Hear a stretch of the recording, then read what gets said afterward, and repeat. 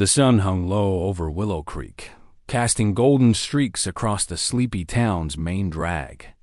The air smelled of fresh-cut grass and motor oil, a familiar blend for the folks who called this corner of the Midwest home. At the heart of it all stood Carter's heavy-duty trucks, a modest dealership with a neon sign that flickered, built on trust, above rows of gleaming vehicles. For 15 years, that sign had been a beacon for hardworking people, farmers, builders, delivery, drivers who needed a truck they could rely on. And behind it all was James Carter, a man whose handshake was as good as a contract. James, 45, was the kind of guy you'd trust with your last dollar. Broad-shouldered but soft-spoken, he had a weathered smile that put people at ease. His dark hair was streaked with gray, a badge of the long nights he'd spent building his dream from nothing. Growing up in Willow Creek, James had watched his father, a factory worker, get swindled in a shady car deal that left their family scraping by. That memory burned in him, fueling a promise. He'd build a business where no one would feel cheated. Carter's heavy-duty trucks was the result of a place where quality met honesty, where every truck was checked twice and every deal was fair. Inside the dealership showroom, James leaned back in his creaky office chair, sipping coffee from a chipped mug. The walls were lined with photos. James shaking hands with his first customer, cutting the ribbon at the grand opening, posing with his late father beside a vintage pickup. Each image told a story of sweat and sacrifice. It started with a single lot, a beat-up garage, and a loan that kept him awake at night. Now, Carter's was the go-to spot for trucks in a 50-mile radius, a cornerstone of Willow Creek's tight-knit community. But lately, something felt off. James scrolled through his laptop, his brow furrowing as he read the latest online reviews. "Best truck I've ever owned, thanks to Carter's." One read, but just below it, hidden fees snuck into the contract, never coming back. Another, pushy salesman rushed me through the paperwork. Felt like a scam. The words hit like a punch. James prided himself on running a clean operation.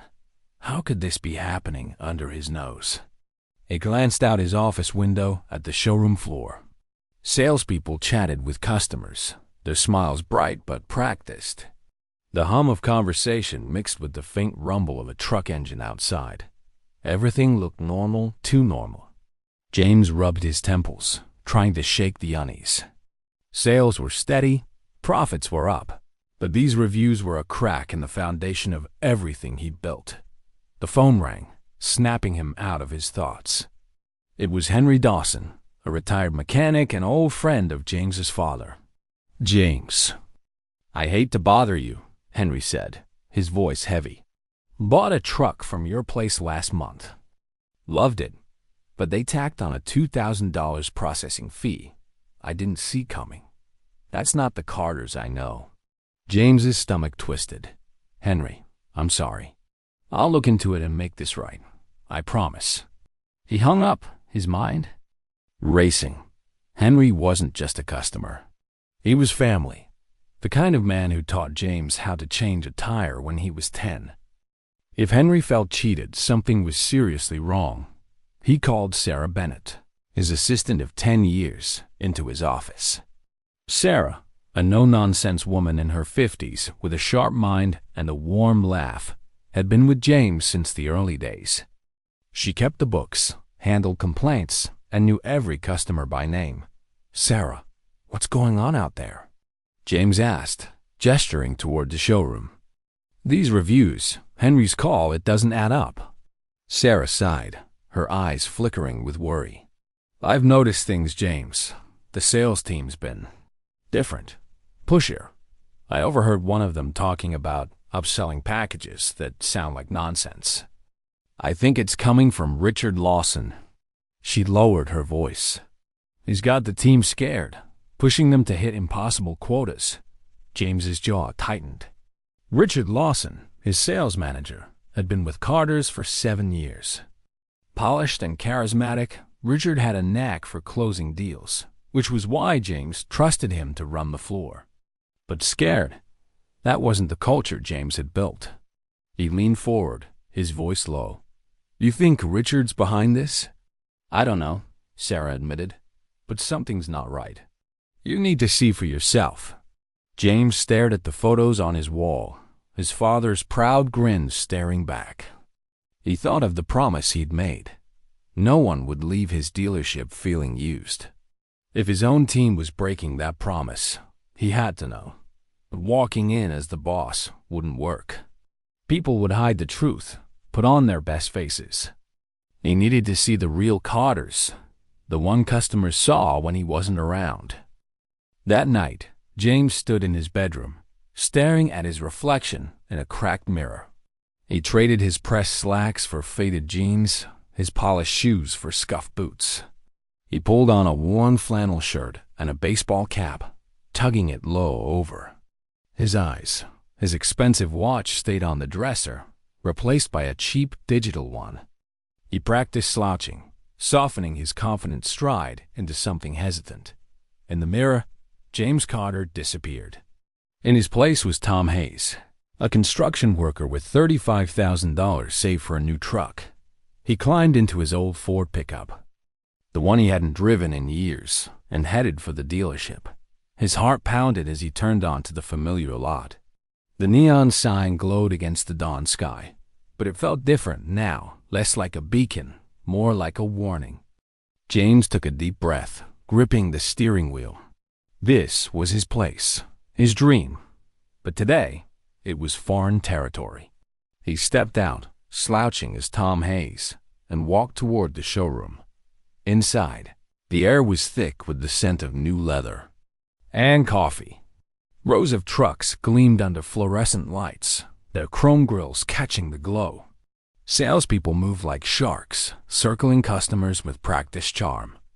James's eyes scanned the room, landing on a young salesman, Ethan Miller, barely 25, with a bright smile that didn't reach his eyes.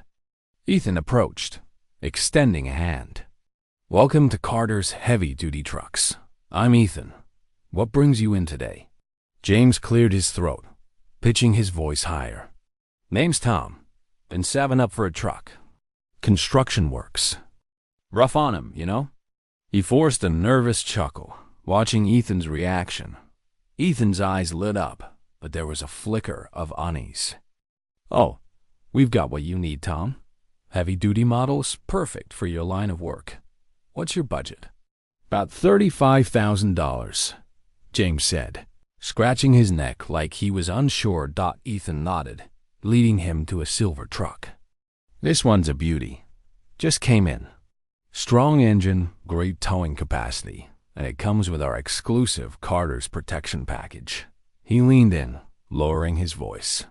"That's a $5,000 value, included free." James's pulse quickened. The protection package was an optional add-on, not free. He designed it himself: extra warranties, roadside assistance. The showroom of Carter's Heavy-Duty Trucks buzzed with a deceptive calm, like the quiet before a storm. Under the fluorescent lights, gleaming vehicles stood as silent witnesses to a betrayal James Carter could scarcely believe. Disguised as Tom Hayes, a humble construction worker, he stood among the rows of trucks, his heart heavy with the weight of what he'd already uncovered. The free protection package Ethan Miller had pitched was a lie, a deliberate upsell designed to inflate the price. But was Ethan acting alone, or was this the tip of a deeper rot? As James scanned the showroom, one thing was clear. The truth was hiding behind the polished smiles and firm handshakes, and he was determined to drag it into the light. James kept his cap low, his posture slouched, as Ethan led him across the showroom floor. The silver truck Ethan had shown him was a beauty. No doubt James had personally overseen its inspection before it hit the lot. But the lie about the protection package gnawed at him. He needed more evidence, something concrete, to confirm his worst fears. "Mind if I take a look under the hood?" he asked, his voice tinged with the hesitance of Tom Hayes. Ethan's smile faltered for a split second. "Sure thing, Tom. Let's pop it open." He fumbled with the latch, his hands betraying a nervous energy. As James leaned over the engine, pretending to inspect the components, he stole glances at Ethan. The young salesman kept looking toward the glass-walled office at the back of the showroom, where Richard Lawson, the sales manager, stood watching. Richard's sharp suit and cold stare made him look more like a predator than a leader. James's stomach churned.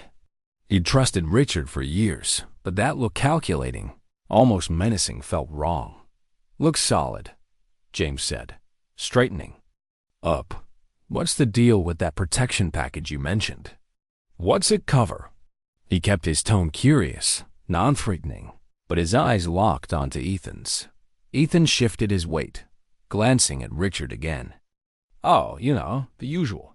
Extended warranty, roadside assistance, some maintenance perks. It's a steal, really." His words came too fast, like a rehearsed script. James made a mental note. Ethan wasn't comfortable with the lie, but he was pushing it anyway. Why?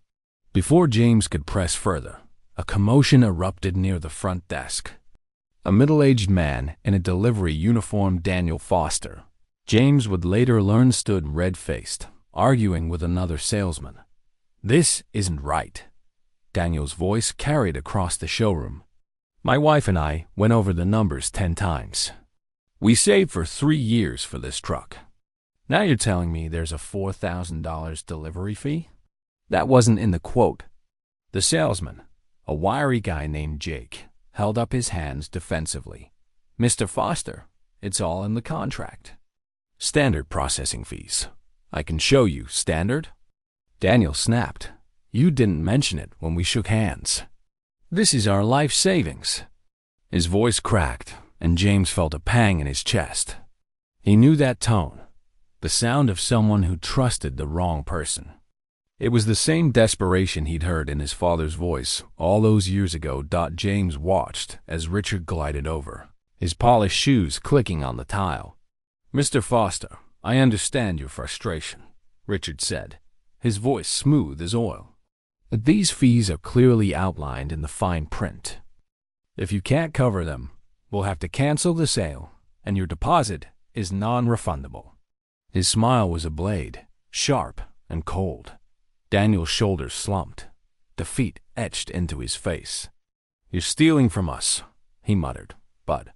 He turned and walked out, leaving a heavy silence in his wake. James's hands clenched into fists. This wasn't just a mistake. This was a system designed to prey on people like Daniel, hardworking folks who deserved better. He excused himself from Ethan, saying he needed to think it over, and wandered the showroom, blending into the crowd. His eyes and ears were open, catching fragments of conversations that painted a grim picture. One salesman bragged about padding the deal with extra warranties. Another rushed a young couple through paperwork, glossing over the fine print with a charming grin. The more James saw, the angrier he became. This wasn't his dealership anymore. It was a machine, squeezing every dollar out of people who trusted the carter named Dot as he lingered near a display truck. James overheard a hushed exchange between Ethan and a female salesperson, Emily Clark. Emily, in her early 30s, had a weary look, her dark hair pulled into a messy bun. "I'm sick of this, Ethan," she whispered, glancing around nervously. "Richard's got us lying through our teeth. That premium package is just a scam to jack up the price. I didn't sign up for this." Ethan ran a hand through his hair, his voice low. "What choice do we have, Richard says it's this or the door. You know how tough it is to find work in Willow Creek. I've got rent to pay, a kid on the way. I hate it, but—" He trailed off, guilt flickering in his eyes. Emily shook her head. "There's got to be a line, Ethan. Richard's not just pushing quotas. He's got some plan. I heard him on the phone with someone from that big dealership in Springfield. Sounded like they're trying to run Carter's into the ground." James's blood ran cold. Springfield was home to a rival dealership, one that had been eyeing Willow Creek's market for years. Was Richard colluding with them? He edged closer, pretending to study a brochure, but Emily spotted him and clammed up. "We'll talk later," she muttered, walking away. Ethan followed, casting a wary glance at James. The pieces were falling into place, but James needed hard proof. He drifted toward Ethan's desk, where a stack of papers lay unattended. Glancing around to ensure no one was watching, he flipped through them. His heart sank as he found a memo titled Sales Incentives, outlining bonuses for adding discretionary fees to contracts. The language was vague, but the intent was clear: deceive customers, inflate prices, and pocket the difference. James pulled out his phone, snapping photos of the document, his hands trembling with a mix of rage and disbelief. Just then, a new crisis erupted. A woman in her 20s stormed into the showroom, her phone raised like a weapon. "You people are crooks," she shouted, drawing every eye. "I just posted about your scam fees online, and it's going viral. Check X, hundreds of people are calling you out." She thrust her phone at Jake, who looked panicked. Richard appeared instantly, his composure barely holding. "Ma'am, let's discuss this privately," he said, guiding her toward his office. But the damage was done. James pulled out his own phone, scrolling through X. Sure enough, a post tagged #Carter's scam was gaining traction, with comments from angry customers sharing similar stories. "Charge $3,000 extra for certification," one read. "They prey on people who can't fight back," said another. The post had over 1,000 shares, and the number was climbing. James's chest tightened. This wasn't just a few bad deals, it was a public relations disaster. He watched as Richard returned, barking orders at the staff. "Get that post down. Contact our lawyer. Threaten a defamation suit if you have to." His voice was low, but the menace was unmistakable. Ethan and Emily exchanged uneasy looks, while Jake scrambled to make calls. The showroom, once a place of pride, felt like a battlefield. James slipped out to his truck, his mind racing. The memo, the online backlash, Emily's mention of Springfield, it all pointed to a conspiracy, with Richard at the center. But how deep did it go? Was Richard acting alone, or were others involved? And what was this plan Emily had mentioned? As he sat in the driver's seat, his phone buzzed with a text from an unknown number. "Check the sales logs." "You're not." Seeing the full picture, a friend, James's pulse quickened. Someone inside was trying to help. Could it be Sarah, or even Emily? He drove home, the neon sign of Carter's heavy-duty trucks fading in his rearview mirror. The dealership was still his, but it felt like enemy territory now. James knew he couldn't stop, not until he'd uncovered every lie and made things right. Tomorrow, he'd return as Tom Hayes, digging deeper into the secrets threatening to destroy everything he built. The truth was out there, and he was closing in. The air in Carter's heavy-duty trucks was thick with tension, a storm brewing beneath the showroom's polished surface. James Carter, disguised as Tom Hayes, moved through the dealership like a ghost, his heart pounding with the weight of what he'd uncovered: a memo outlining fraudulent fees, a viral social media post exposing the dealership's scams, and whispers of a plot tied to a rival in Springfield. The anonymous text: "Check the sales logs." "You're not seeing the full picture," burned in his mind. Someone inside was trying to help, but time was running out. The truth was a ticking bomb, and James was ready to detonate it, no matter the cost. James slipped back into the dealership. The next morning, his cap pulled low, his flannel shirt wrinkled from a sleepless night.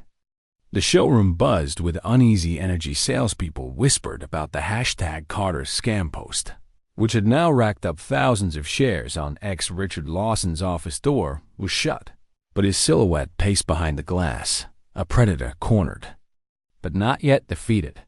James's phone held damning evidence: photos of the fraudulent memo, recordings of salespeople pushing fake fees, and screenshots of customer complaints. But the anonymous tip about the sales logs gnawed at him. What was he missing? He lingered near Ethan Miller's desk, pretending to browse a truck brochure. Ethan, the young salesman who'd pitched the free protection package, looked haggard, his eyes bloodshot. James caught his gaze and nodded, playing the part of Tom Hayes. "Still thinking about that truck," he said, his voice low. "You got any paperwork I can look over? Want to make sure I'm not missing anything." Ethan hesitated, glancing toward Richard's office. Sure, Tom. Let me grab some forms." He rummaged through a drawer, pulling out a contract template. As he handed it over, a flash drive slipped from the pile, clattering onto the desk. Ethan froze, his face paling. "That's nothing," he stammered, snatching it back. James's pulse quickened. "No worries, man," he said, keeping his tone casual. "Just want to be thorough, you know?" But his mind raced. That flash drive, was it related to the sales logs? He needed to get his hands on it, but pushing too hard could blow his cover. He thanked Ethan and wandered toward the break room, where he'd overheard Emily Clark's damning conversation the day before. The break room was empty, save for Emily, who sat hunched over a cup of coffee, her face etched with exhaustion. She looked up as James entered, her eyes narrowing. "You're that new customer, right?" "Tom?" Her voice was wary, but there was a flicker of something else, guilt, maybe, or desperation. "Yeah," James said, leaning against the counter. "Just checking out trucks. Seems like a tough day around here." He gestured vaguely toward the showroom, testing her reaction. Emily's shoulders tensed. "You saw that post online, didn't you? Everyone's freaking out." She lowered, her voice glancing at the door. "Look, if you're smart, you'll take your money somewhere else. This place, it's not what it seems." James's heart skipped. Was Emily the one who'd sent the anonymous text? He decided to take a risk. "I heard some stuff about shady fees," he said, keeping his tone neutral. "You know anything about that?" Emily's eyes darted to his, searching for a trap. For a moment, she said nothing. Then, in a whisper, she leaned forward. "Check the sales logs in Richard's office. He's been fudging numbers, skimming profits. I've got proof, but I can't do anything without getting fired or worse." Her voice trembled, and James realized she was terrified. Before he could respond, the door swung open, and Richard strode in, his presence like a cold front. "Emily, back to work," he snapped, his eyes flicking to James. "And you, Mr. Hayes, is it? Why don't we step into my office? I'd like to personally ensure you get the best deal." His smile was all teeth, but his gaze was predatory. James's stomach lurched. Had Richard seen through his disguise? He forced a nervous chuckle, playing Tom Hayes to the hilt. "Just looking around, sir. Not ready to commit yet."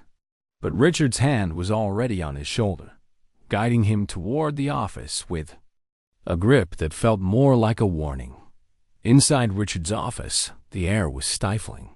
Framed awards lined the walls, a mockery of the dealership's built on trust motto. Richard sat behind his desk, his fingers steepled. "So, Tom," he said, his voice smooth but laced with suspicion. "Construction worker, right? You seem awfully curious for someone just browsing. Tell me, what's your real interest here?" James's mind raced. He was one wrong word away from being exposed. "Just want a truck I can trust," he said, scratching his neck like a nervous everyman. "Heard some things online. Got me worried, you know?" Richard's eyes narrowed, but he leaned back, his smile returning. "Online rumors are just noise. Stick with us, and I'll make sure you're taken care of." He slid a contract across the desk, the numbers bloated with fees James recognized. From the memo. It was a test, and James knew it. He mumbled an excuse about needing to check his savings and bolted from the office, his heart hammering. Richard was on to him, or at least suspicious. Time was running out. That night, James pored over his evidence, the anonymous text replaying in his mind. Emily's words about the sales logs were the key, but getting to Richard's computer would be nearly impossible without a distraction.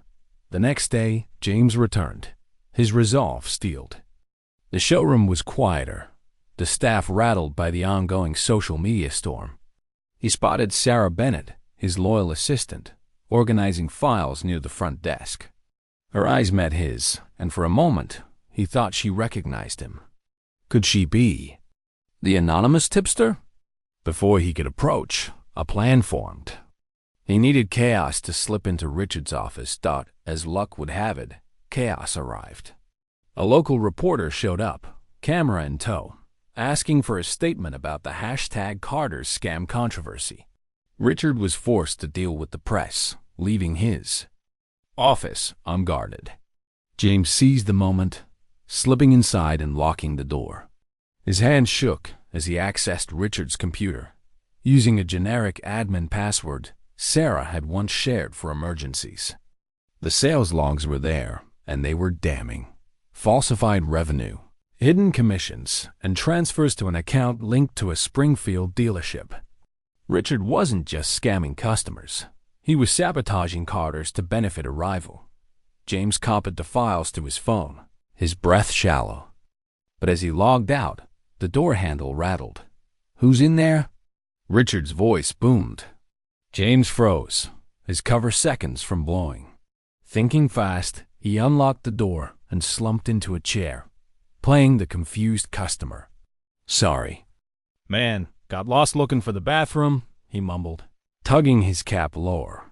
Richard's eyes bored into him, but the reporter shouting from the showroom distracted him. "Stay out of restricted areas," he snarled, storming off. James exhaled, his evidence secure. He couldn't wait any longer. The confrontation had to happen now. That afternoon, James called an emergency staff meeting, still dressed as Tom Hayes. The employees gathered in the showroom, confused and on edge. Richard stood at the front, arms crossed, his authority unchallenged, until James stepped forward. "I've got something to say," he said, his voice steady. He pulled off his cap, letting his true face show. Gasps rippled through the room. "I'm James Carter, and this is my dealership. I've seen what you've been doing, and it stops today."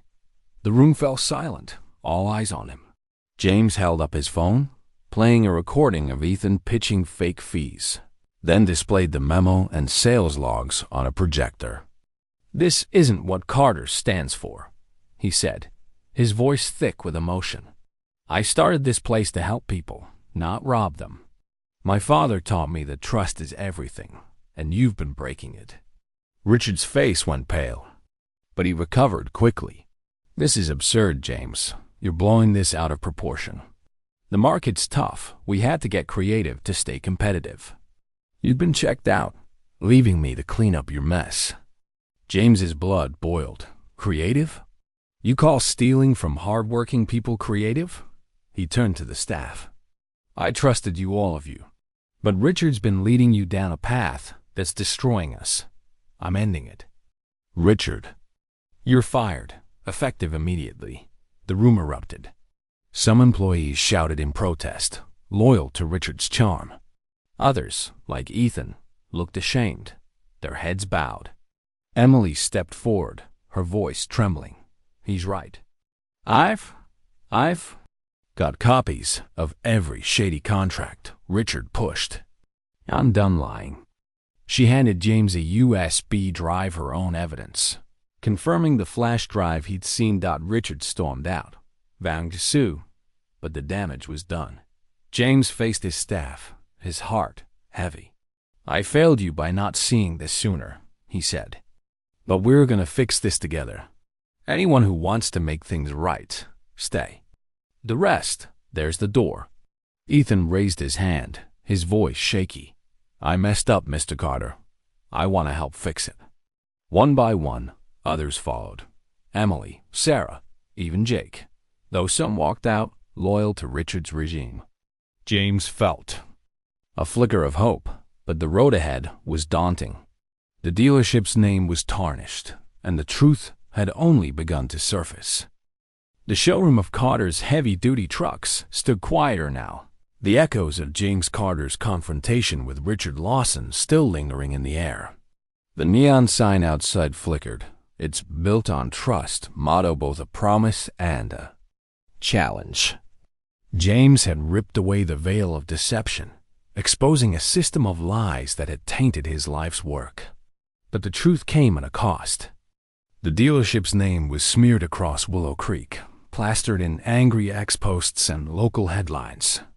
Customers had walked away, and some employees had followed Richard out the door. James stood at the edge of his dream, staring into the wreckage. But he wasn't ready to give up. Redemption wasn't just about saving his business.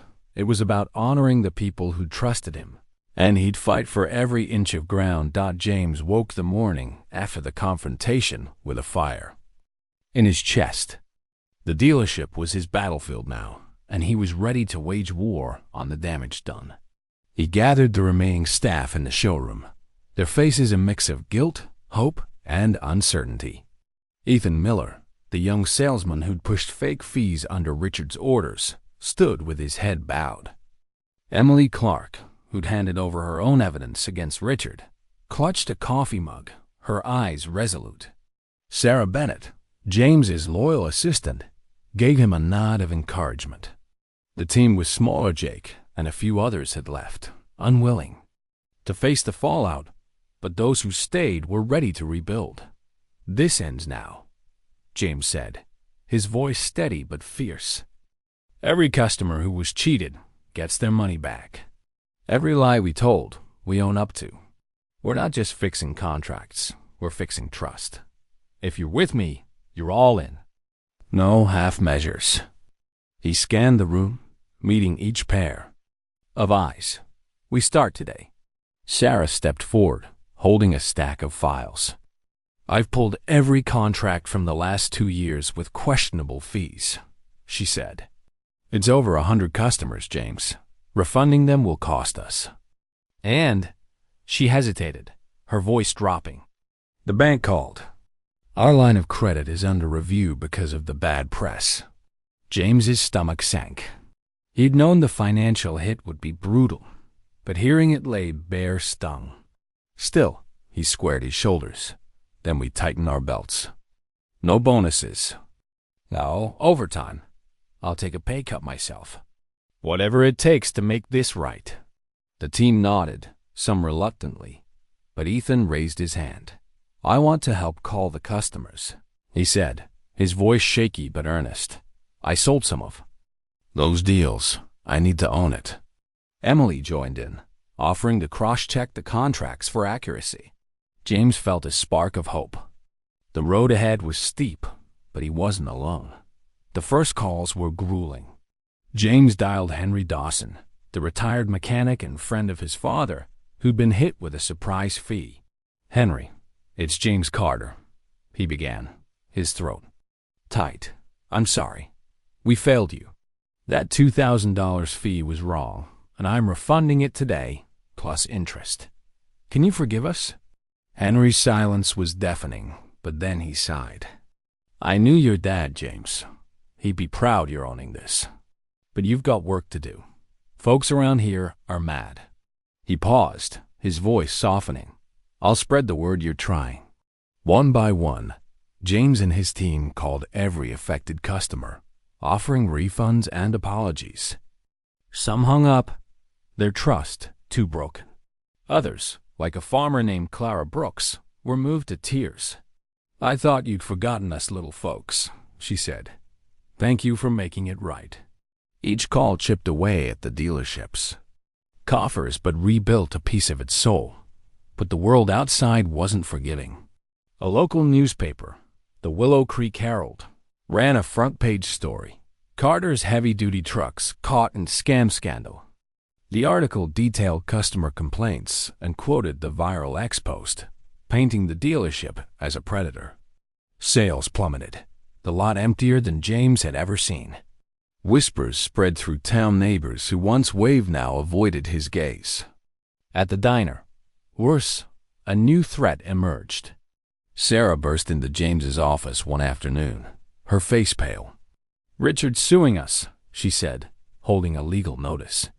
"He claims wrongful termination and defamation. Says you fabricated the evidence to smear him." She swallowed hard. "And there's more. I checked the accounts. Richard was funneling money to that Springfield dealership before he left. It's why our numbers looked off."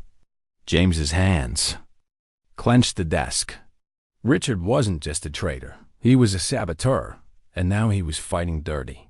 The lawsuit could bankrupt them, especially with the refunds draining their reserves.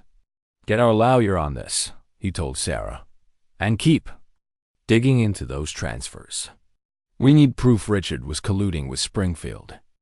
As if the legal storm wasn't enough, a group of angry customers gathered outside the dealership the next day, holding signs, "Carter's cheats," and "Give us our money." Their chants echoed through the lot, drawing curious onlookers. James's heart sank, but he knew hiding wasn't an option. He stepped outside, facing the crowd alone, his hands raised for silence. "I'm James Carter," he said, his voice carrying over the noise. "I know we let you down. I trusted the wrong people, and you paid the price. We're refunding every cent we owe, and we're changing how we do business. I'm asking for a chance to prove it, not with words, but with actions." His eyes met those of a woman in the crowd, her face softened by his honesty. Slowly, the chants faded, and the group dispersed. Some nodding, others still skeptical. The confrontation earned a sliver of goodwill, but James knew it wasn't enough. He needed to show Willow Creek that Carter's was more than a business. It was part of the community. He organized a charity event, donating a truck to the local volunteer fire department, a group hit hard by budget cuts. The event was held in the dealership's lot, with food stalls, music, and a ceremony where James handed the keys to Daniel Foster, the delivery driver who'd been cheated out of his savings. Daniel, now a regular at the dealership's coffee machine, took the microphone, his voice steady. "I was ready to give up on Carter's," he said. "But James didn't just give me my money back. He gave me hope. This truck isn't just for us firefighters. It's for all of you. This town we love." The crowd applauded, and James felt tears prick his eyes.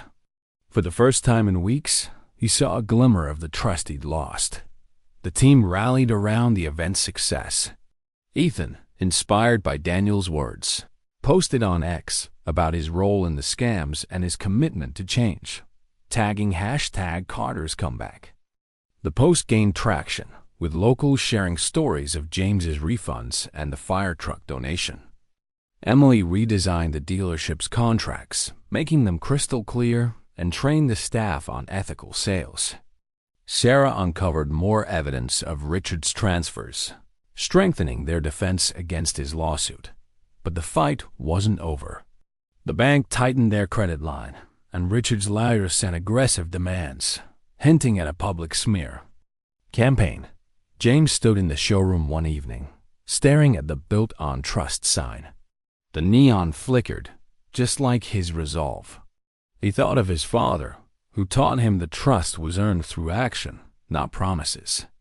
The charity event had been a start, but rebuilding Carter's would take more and more sacrifice, more courage, more heart. As he locked up, James's phone buzzed with a text from Sarah. "Found something big in the accounts. Meet me tomorrow. We can bury Richard." His grip tightened. The battle for redemption was far from won, but every step brought him closer to the dealership and the man he wanted to be. The neon sign of Carter's heavy-duty trucks glowed steadily now, its "Built on Trust" motto no longer a flickering promise, but a beacon of hard-won redemption. James Carter stood in the showroom, the hum of a new day settling around him. The past weeks had been a crucible exposing lies, confronting betrayal, and clawing back trust from the ashes of scandal. The #Carter scam storm had shaken Willow Creek, and Richard Lawson's lawsuit loomed like a guillotine. But James had fought back, refunding cheated customers, rallying his team, and proving his commitment with a donated fire truck, Sarah Bennett's. Cryptic text about something big in the accounts hinted at a final weapon against Richard, but the battle wasn't over. James' new trust wasn't just rebuilt, it was earned, one honest deal at a time. This was his last stand, not just for his dealership, but for the legacy he'd promised his father. James met Sarah in the dealership's back office at dawn, the air heavy with the scent of coffee and old paper. She slid a folder across the desk, her eyes gleaming with determination. "Richard didn't just skim profits," she said, tapping the documents. "He set up a shell account to funnel money to Springfield's dealership, over $50,000 in the last year. I traced the transfers to a consultant tied to their CEO. It's proof he was sabotaging us to help them take our market." James's jaw tightened as he scanned the evidence. Bank statements, email exchanges, even a memo from Richard outlining strategic partnerships with Springfield. It was a betrayal deeper than he'd imagined. Not just greed, but a calculated plan. To destroy Carter's. "This is enough to bury him," James said, his voice low. "Get this to our lawyer. We're not just defending ourselves, we're exposing him." The legal battle heated up quickly. James's lawyer, a grizzled local named Tom Grayson, used Sarah's findings to file a counterclaim against Richard for fraud and breach of fiduciary duty. The evidence was ironclad, and Richard's case began to crumble. At a pretrial hearing, Emily Clark took the stand, her voice steady as she presented her USB drive of falsified contracts. "Richard pressured us to lie," she testified, her eyes meeting James's. "But Mr. Carter showed us there's another way." The judge dismissed Richard's lawsuit, ordering him to pay restitution for the stolen funds. Richard left the courtroom in silence. His polished facade shattered. News of the victory spread through Willow Creek like wildfire. The Willow Creek Herald, which had once vilified Carter's, ran a new headline: "Local dealership fights back, exposes fraud."